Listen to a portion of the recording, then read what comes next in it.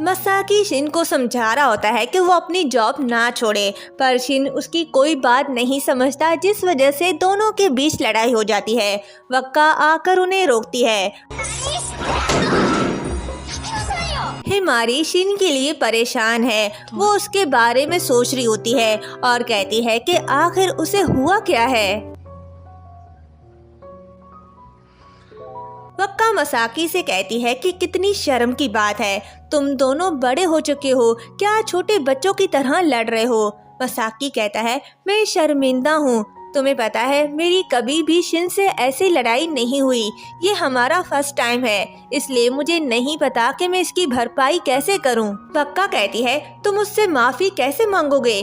मसाकी कहता है लेकिन मैं गलत नहीं हूं और ये बात तुम जानती हो, कोई भी मैरिड और जॉबलेस नहीं हो सकता। वक्का कहती है ये सच है।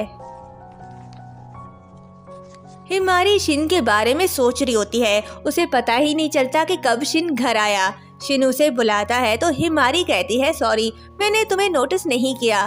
फिर उसके चोट को देखती है तो पूछती है कि क्या हुआ। शिन कहता है ये कुछ भी नहीं है।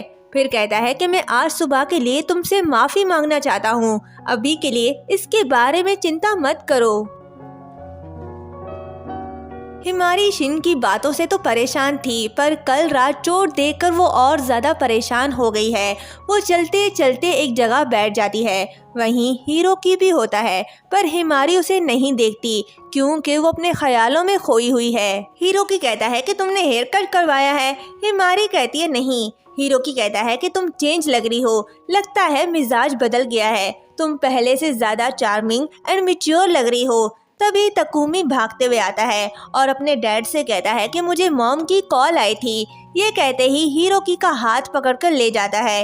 हिमारी भी उनके पीछे जाती है। हिमारी और तकुमी को हॉस्पिटल में दिखाया जाता है। हीरोकी आता है और बताता है कि तुम्हारी मॉम ठीक है और तुम बड़े भाई बनने वाले हो। हिमारी खुश होती है और कॉन्ग्रेचुलेशन कहती है। तकुमी कहता है मैं तो डर ही गया था, अब जाकर जान में जान आई। हिमारी शिन को सब बताती है तो शिन कहता है ये तो बहुत अच्छी बात है, अब तकुमी बिग ब्रो बनने वाला है। हिमारी कहती है मुझसे अब इंतजार नहीं हो रहा। शिन कहता है तो तुम अपने बारे में बताओ, क्या तुम बेबी गर्ल प्रेफर करती हो या बेबी बॉय। हिमारी शॉक्ड होती है तो शिन कहता है क्या मैंने कुछ गलत पूछ लिया। हिमारी कहती है क्या तुम्हें लगता है कि बेबी मेरे टम्मी में आएगा। शिन कहता है डेफिनेटली आएगा। हिमारी कहती है सच में, ये तो मेरे लिए खुशी की बात है। शर्मीला लड़का कहता है ये हम कैसी बातें कर रहे हैं। हिमारी कहती है सही कहा।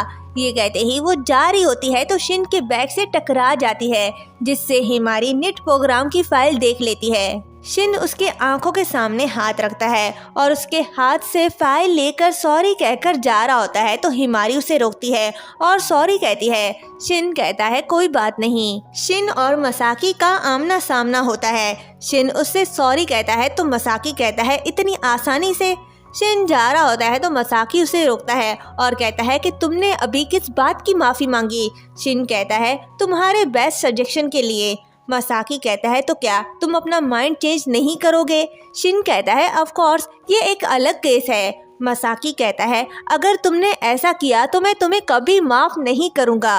हीरो की हिमारी के लिए कुछ मीठा लेकर आता है डैड बनने की खुशी में। हिमारी खाती है और तकुमी को भी खाने के लिए बुलाती है, पर तकुमी का मूड ठीक नहीं है क्योंकि हीरो की नॉवल लिखना छोड़ रहा है। इस बात पर उसके मॉम डैड की हॉस्पिटल में लड़ाई हुई थी। तकुमी की मॉम नहीं चाहती कि ऐसा हो, इसलिए वो भी अपने डैड से नाराज है। हिमारी पूछती है कि तुम्हारी नॉवल की कौन सी बुक है। हीरो की कहता है कि मेरे नॉवल की सिर्फ एक ही बुक है, वो है माई बुके। ये सुनकर हिमारी स्टोर रूम में जाती है और उसे ढूंढ रही होती है क्योंकि वो बुक उसकी दादी ने उसे दिया था और हिमारी को उसकी स्टोरी बहुत पसंद है। वो हीरोकी से कहती है कि ये बुक उसके लिए बहुत कीमती है। मसाकी अपना मोबाइल लेने अपने डेस्क पर जाता है तो शिन उसे फाइल देता है देखने के लिए। मसाकी कहता है ये तो सीक्रेट इन्फॉर्मेशन था ना।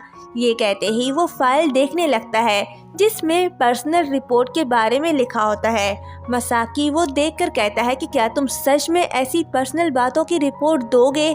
शिन कहता है ज्यादा डिटेल में नहीं। फिर उससे पूछता है कि अगर तुम मेरी जगह होते तो क्या करते, क्या तुम अपनी वाइफ की ऐसी रिपोर्ट शेयर करते। मसाकी कहता है क्या ये जरूरी है। शिन कहता है हाँ, क्योंकि मैं और हिमारी इस सब्जेक्ट के फर्स्ट ट्रायल हैं, तो ये सब करना जरूरी है। शिन घर आता है तो हिमारी उसे हिरोकी की बुक दिखाती है। शिन पूछता है ये क्या है। हिमारी कहती है कि ये हिरोकी का सिग्नेचर है, वो नोवेलिस्ट है और उसने मेरी फेवरेट बुक लिखी है। शिन उससे बुक लेकर देखने लगता है तो हिमारी उसके पास जाती है और कहती है कि मैं तुमसे कल रात के डॉक्यूमेंट्स के बारे में पूछना चाहती हूँ। शिन कहता है आखिर तुमने देख लिया। हिमारी कहती है मुझे कोई प्रॉब्लम नहीं, तुम रिपोर्ट में जो चाहे लिख सकते हो। शिन कहता है मैंने तुम्हें इसलिए नहीं बताया क्योंकि मैं जानता था कि तुम ऐसा ही कहोगी। हिमारी कहती है अगर तुम इसे नहीं लिखना चाहते तो अपने बारे में सब कुछ मैं खुद लिखूंगी। ये सुनकर शिन गुस्से से कहता है कि ऐसा मत कहो। हिमारी हर्ट होती है क्योंकि पहली बार शिन हिमारी पर चिल्लाया। फिर हिमारी उसके पास जाकर कहती है कि हिरोकी ने कहा था कि वो नॉवल लिखना छोड़ देगा। उसने कहा कि उसकी फैमिली उसके सपनों से ज़्यादा कीमती है। अगर तुम मेरी वजह से अपना जॉब छोड़ने का सोच रहे हो तो मैं नहीं चाहती कि तुम ऐसा करो।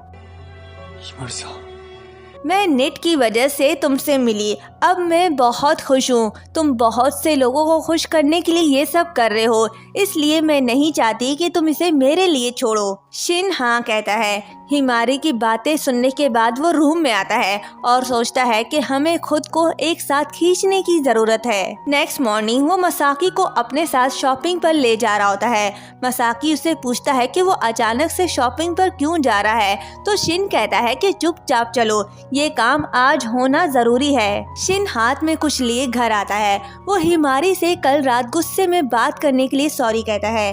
हिमारी कहती है कोई बात नहीं। शिन कहता है मैं आखिर तक इस लॉ को फेस करूंगा, इसलिए मैं तुम्हारे लिए गिफ्ट लाया हूँ, देखो इसे।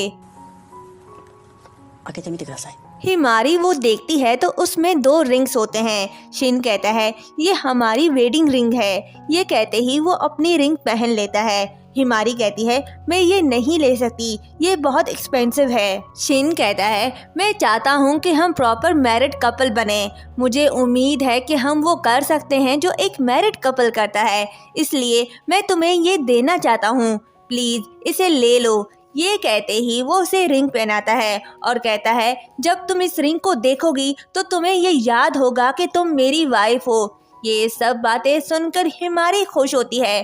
दोनों एक दूसरे को हग करते हैं। हिमारी कहती है मैं तुम्हारे साथ अपना सब कुछ शेयर करना चाहती हूँ। नेक्स्ट डे शिन वक्का और मसाकी को अपनी वेडिंग रिंग दिखा रहा होता है।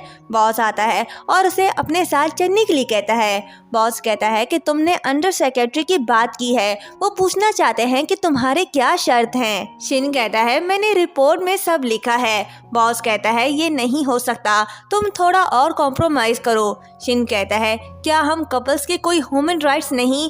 बॉस कहता है मेरा ये मतलब नहीं था, तुम अचानक से ऐसा क्यों कर रहे हो। शिन कहता है क्योंकि हम मैरिड हैं। ये कहते ही वो जा रहा होता है तो बॉस कहता है हम हाथ पर हाथ धरे तुम्हारे सारे शर्त मान नहीं सकते।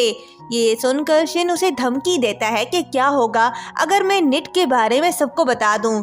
बॉस की बोलती ही बंद हो जाती है। हिमारी शिन के साथ अपना रूम शेयर करती है। दोनों रूम की सेटिंग करने के बाद थक कर बेड पर लेट जाते हैं। हिमारी उसे अक्यासु कहकर थैंक्स कहती है तो शिन कहता है हिमारी क्या तुम मुझे अक्यासु कहना बंद कर सकती हो, प्लीज मुझे मेरे नाम से बुलाओ। हिमारी हाँ कहती है। वो उसे शिन कहकर बुलाती है। शिन बहुत खुश होता है और पीछे से उसे हग करता है। दोनों बहुत खुश होते हैं और यहीं पर ये पार्ट एंड होता है। 変な夢を見るんです。これってあなたに関することが載っています。すべてなくしておきたいんです。ひまり、サプライズでやろうぜ。